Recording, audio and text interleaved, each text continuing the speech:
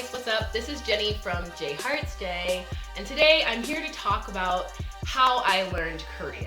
Okay, everybody always asks me this. I get this at least 4 or 5 times in the comments every time we make a video, no matter what the video topic is. So I thought that I would finally address it. Just as a disclaimer, I just want to say that this is not, I'm not saying this is the best way to learn Korean. I'm not saying this is the only way to learn Korean. This is just how I learned Korean. And I've written down sort of a few things just so that I don't forget. And hopefully this will help you. And if you have any questions, of course, leave them down in the comments below. Let me know, and I'll be more than happy to make another video answering any of those. So here we go. Number 1, the first thing I'm gonna have to say, and this is sort of the thing that people always like, how did you learn Korean? Why do you speak Korean so well? I lived in Korea. I lived in Korea for 6 years. So one of the important things, if you want to learn a language, you got to move to the country. So if you're interested in Korean and you're like really wholeheartedly interested, and it's not just sort of a hobby of yours, if you really want to learn it, you got to move to Korea. There are plenty of ways to become an English teacher, and although it's become a little bit harder in the past couple of years to sort of break into that, it's definitely possible. There are lots of internships that you can get. There are lots of programs. Even if you just want to volunteer in an orphanage, there are plenty of things that you can do, and there are plenty of ways that you can sort of become more involved in Korean culture and in the Korean world, and ways that you can get to Korea. So, I will, answer any questions. Maybe I'll make another video later letting you guys know how to become an English teacher in Korea, but the number 1 thing I think is moving to the country. When you move to Korea, you're forced to speak Korean. And, I would say that although a lot of the young people in Korea can speak English, or at least some English, the older people definitely can't. And I mean, if they know anything, it's just kind of like hello or pretty or, something like that. They don't really know enough to communicate with you. So if you're going to restaurants, if you're, going out and going to the grocery store and you have questions, if you don't know Korean, I mean, nobody's going to be able to answer that for you. So you're going to be forced to speak Korean. And even if it's bad, you're going to be forced to speak it. And it's not quite as embarrassing when you know you're never going to see the person again. So it's lots of really great practice. Number 2, watch a lot of dramas. Dramas, sitcoms, any sort of Korean TV, any Korean media that you can find, that you can also find subtitles for, watch it, and watch it all the time. If you're watching Korean dramas every day, and you're watching ones, let's say, that have subtitles, you're gonna pick up some Korean.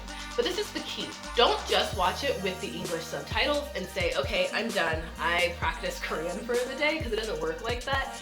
You've really got to be diligent about your watching. You have to make it like it's studying. And that's sort of what I did. I would watch, I think I was watching Youngran Scandal, and I would watch Youngran Scandal, and then I would watch it without subtitles, because I'd watch it on Korean TV, and then I would watch it with subtitles, so that I actually sort of understood it, and then I would watch it again without subtitles, just so that I could sort of reinforce all the things that I learned. And if I picked up any phrases or anything like that, then I would write it down, call my friends, ask them what it meant, or ask them, how to use it in sort of my daily life. And I would suggest actually a drama not like Youngran Scandal, because they use a lot of like old-fashioned words.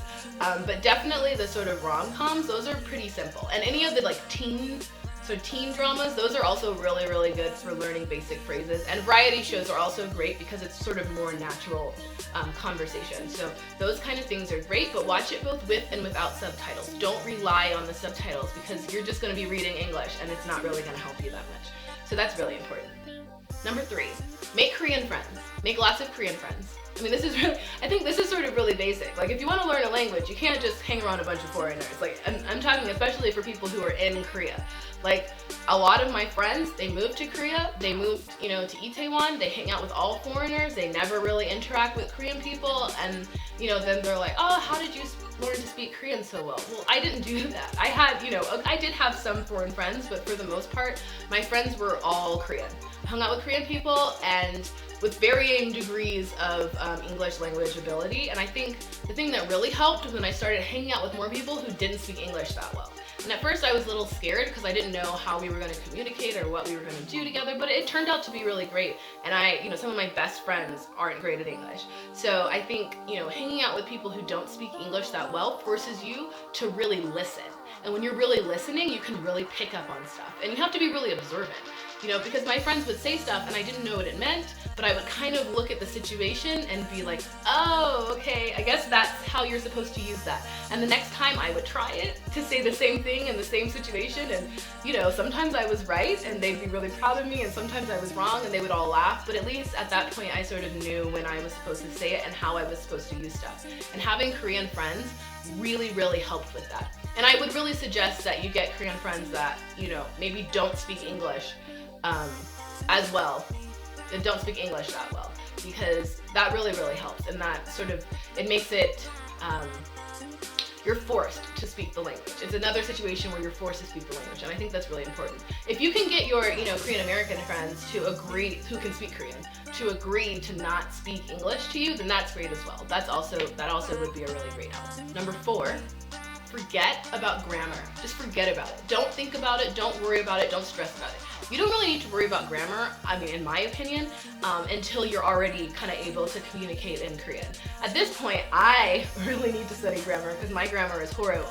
But I think this is sort of the point when grammar sort of becomes important. When I've sort of exhausted all other means, and now I really need to start, you know, being able to win arguments. As I say, I need to start being able to really structure my sentences really well. And so I think that this is the point right now where I really need to focus on grammar. But if you're still in the beginning and you're still a beginner, don't even think about it. Don't buy books that try to teach you it, just ignore it, honestly. You don't need to know why you're doing stuff, because the sort of situations sort of make it clear. And I think if you want to speak quickly, it's more important to, in my actual next step would be number 5, learn phrases and not words. So the most important thing you want to do is learn phrases. You want to learn 가고 싶다. 가고 싶어요. I want to go. You just need to know that. So then when the situation comes up, you just go, 가고 싶어요. I want to go.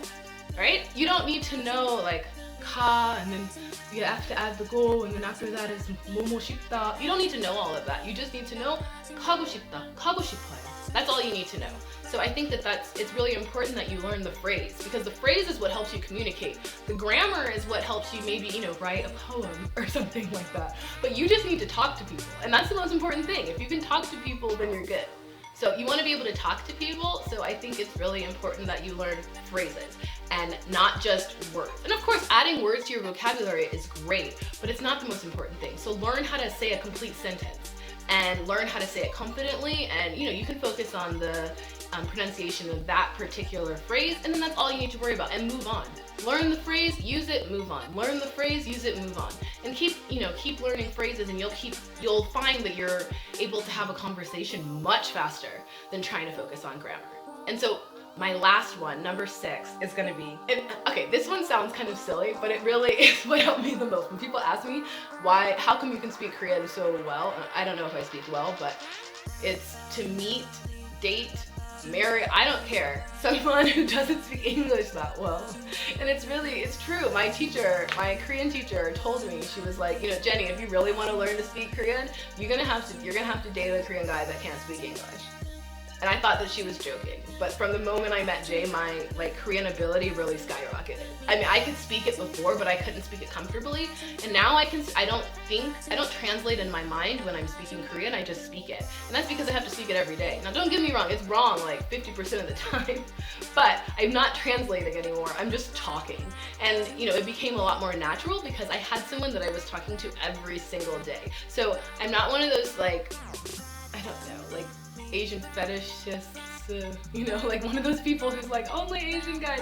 I'm not like that, so please don't take this that way. I'm just saying, you know, if you're moving to Korea, one of the best ways to learn the language is to just date someone who doesn't speak English that well. I think it's really helpful.